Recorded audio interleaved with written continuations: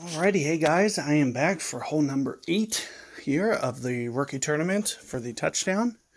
And take a look at what I'm doing with my bag here. I'm probably going to go at this as quarterback. It's kind of a nice driver. You just need to kind of curl this one a little bit. You don't need anything too fancy here.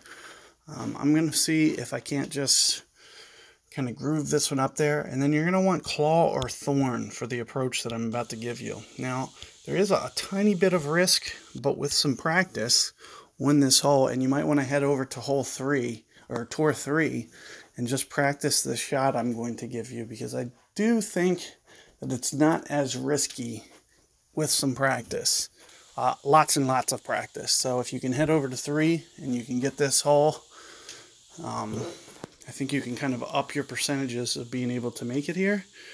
And for the QB shot here off the tee, I am going to kind of go full power here. Maybe step off of it a little. I need to make sure that, I kind of get it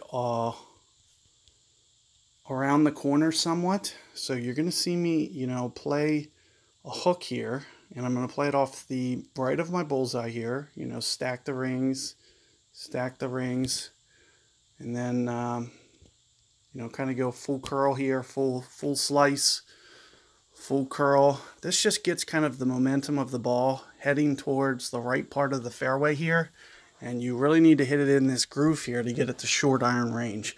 Otherwise, if you want to go straight here and not do that hook shot and get it way over there to the right, you're going to have to go at this with a long iron.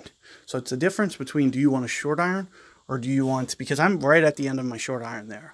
Like, I'm pushing the bounds. Like, if I was playing this hole for real today, I would probably, put on a navigator just to make sure if I hit it in this spot, I have an extra yard or two, because I'm that close that I just don't want to risk going into, the dead zone here. Because the shot that you're going to see me go for here is a dunk. So here, and this is exactly what I'm talking about. Here you're seeing me. I just made it. Just made it, because with this club, with the claw, it is going to be right at max. But it is an uphill shot. So max would technically be, 3 rings. I'm going to come in on 3 rings just a touch, because like I said, it is at max distance, and it is uphill. You can see there's the elevation change. Just wanted to show you. So I would usually go put 3 rings in the center. You're seeing me put 3 rings on the edge.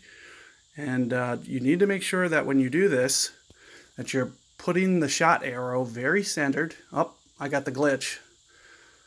So it went in, but it probably went in on the edge of the hole, and you're seeing it go out of bounds, and I got glitched. So as you see, this can be a very risk-reward shot, but it gives you an easy hole out.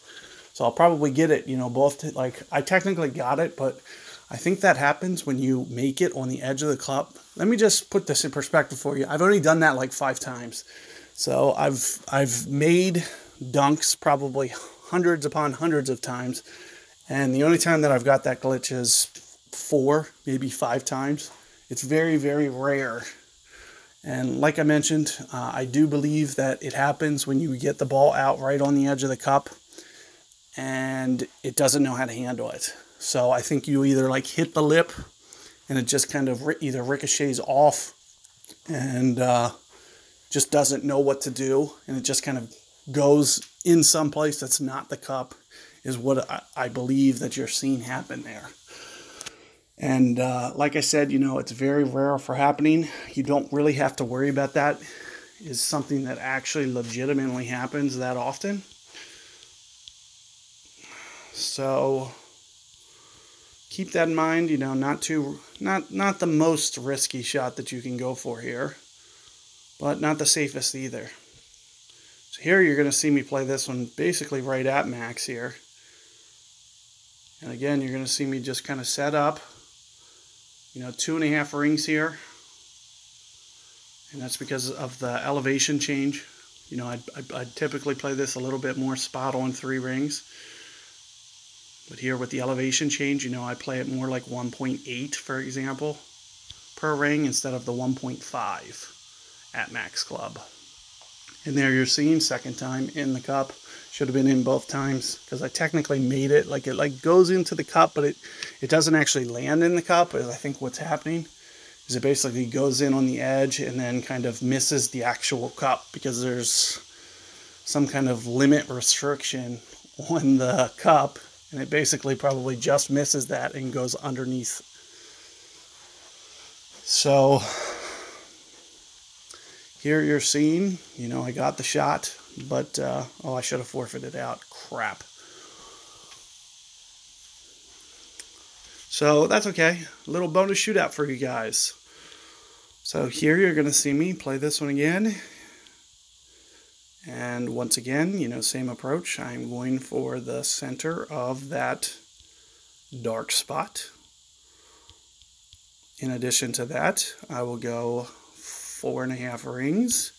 I will just ever so slightly curl this one back because there's so much wind to the left here. I don't want my ball to keep shooting in here more left until it gets to the hole. And it looks like I didn't need that. I actually didn't need that here. So it might have been a little bit of an overcorrection on my part, because you're seeing it come in a little bit too right there. But overall, you know, none too bad. You guys remember this one from the Golden Tournament. There's so many ways to get this close. You just have to be somewhat precise. You don't even have to be precise. You know, this guy can great ball left, great ball right. As long as it kind of hits that part of the green over there, it just slopes down to the hole. Here's a great ball right. Let's see what this looks like. And there it is, popping up there, going right at the cup. So, good luck with your hole 8. I do believe that you should be going for the dunk there. If you, there's almost no exception. I think, you know, dunk's the way to go. Just make sure that you're putting on a power ball. You do want to get to the claw, like I mentioned, or whatever, your thorn, whatever you feel more comfortable with dunking. It is the way to go. Otherwise, you're going to need to just basically full nuke backspin it and attempt to make it off the fringe is the only alternative. And even that itself, there's risk involved in that because you can hit the hill just wrong and roll down into the bunker. So virtually, you know, unless you just want to play it safe, which I don't recommend, and just no reason to just take a birdie on that, because you don't want to end up basically losing to somebody that got that hole because they went for it. So keep that in mind, and I'll be posting this guide for you, and we will get to the last hole and talk about that one. So good luck.